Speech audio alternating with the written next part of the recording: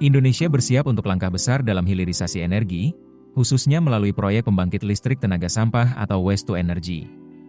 Badan Pengelola Investasi Danantara, yang memimpin inisiatif ini, kini menjadi sorotan menjelang rencana groundbreaking proyek-proyek strategis tersebut. Proses lelang untuk 7 proyek pengolahan sampah menjadi energi listrik atau PSEL ini dijadwalkan akan segera dibuka. CEO BPI Danantara, Rosan Perkasa Ruslani, mengonfirmasi bahwa proses bidding untuk pemasukan penawaran akan dimulai dalam waktu dekat. Proyek ini telah mendapatkan persetujuan dari Kementerian Koordinator Bidang Pangan dan Kementerian Lingkungan Hidup. 7 kota besar yang telah ditetapkan sebagai lokasi proyek PSEL ini meliputi Denpasar, Yogyakarta, Semarang, Bogor Raya, Tangerang Raya, Bekasi Raya, dan Medan Raya. Kehadiran proyek ini diharapkan menjadi solusi pengelolaan sampah sekaligus sumber energi terbarukan. Menariknya, minat investor terhadap proyek Waste-to-Energy ini tergolong sangat tinggi.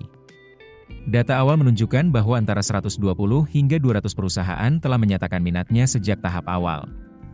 Pengamat energi dari Energy Shift Institute, Putra Adhiguna, mencatat bahwa animo swasta cukup kuat, sebagian besar berasal dari perusahaan asing yang memiliki pengalaman di bidang ini. Daya tarik utama proyek ini adalah jaminan pembelian listrik oleh pemerintah dengan harga kompetitif sekitar 20 sen per kWh. Namun, diharapkan kolaborasi dengan sektor swasta nasional juga dapat terjalin kuat. Meski antusiasme tinggi, Putra Adhiguna menekankan pentingnya transparansi dalam proses pengadaan pemenang lelang. Ia juga menyoroti potensi konflik kepentingan, terutama jika BPI Danantara terlibat langsung dalam struktur ekuitas proyek yang dipimpinnya.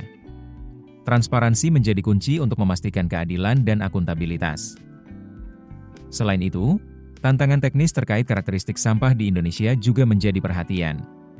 Keberhasilan proyek PSEL sangat bergantung pada ketersediaan sampah yang sudah terpilah dengan baik, bebas dari material seperti kaca, limbah B3, PVC, maupun aluminium foil. Praktik pemilahan sampah dari sumbernya, terutama di tingkat rumah tangga, masih menjadi pekerjaan rumah besar. Kondisi ini berpotensi menghambat operasional proyek agar berjalan optimal dan efisien. Namun, di sisi lain, proyek PSEL justru bisa menjadi katalisator untuk memperbaiki tata kelola sampah nasional secara keseluruhan. Proyek ini membutuhkan kerja sama lintas instansi yang kuat, mulai dari pengumpulan hingga pemilahan sampah di tingkat kota.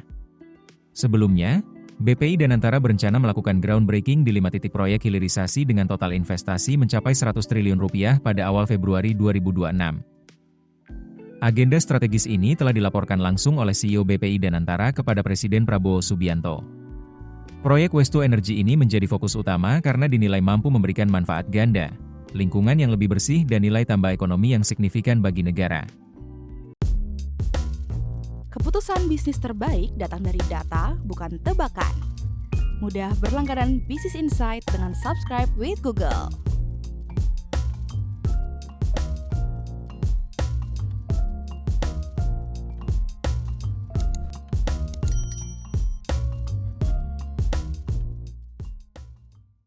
Download aplikasi Kontan sekarang di App Store atau Play Store.